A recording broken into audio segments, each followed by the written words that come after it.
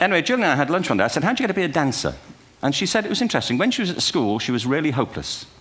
And the school in the 30s wrote to her parents and said, we think Gillian has a learning disorder. She couldn't concentrate. She was fidgeting. I think now they'd say she had ADHD. Wouldn't you?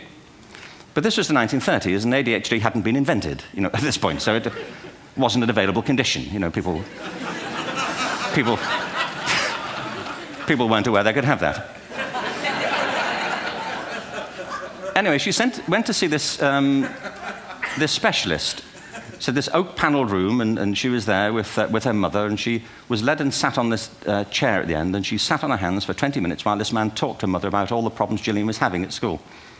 And at the end of it, because she was disturbing people, her homework was always late and so on, little kid of 8, in the end, the doctor went and sat next to Gillian and said, Gillian, I've listened to all these things that your mother's told me. I need to speak to her privately. So he said, wait here, we'll be back. We won't be very long. And they went and left her. But as they went out the room, he turned on the radio that was sitting on his desk. And when they got out the room, he said to her mother, just stand and watch her.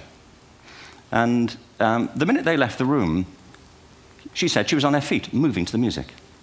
And they watched for a few minutes, and he turned to her mother, and he said, Mrs. Lynn, Gillian isn't sick. She's a dancer. Take her to a dance school. I said, what happened? He said, she did. I can't tell you how wonderful it was. We walked in this room, and it was full of people like me. People who couldn't sit still. People who had to move to think. Who had to move to think. They did ballet, they did tap, they did jazz, they did modern, they did contemporary. She was eventually auditioned for the Royal Ballet School. She became a soloist. She had a wonderful career at the Royal Ballet.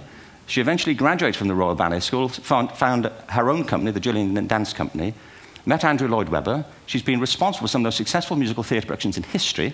She's given pleasure to millions, and she's a multi-millionaire.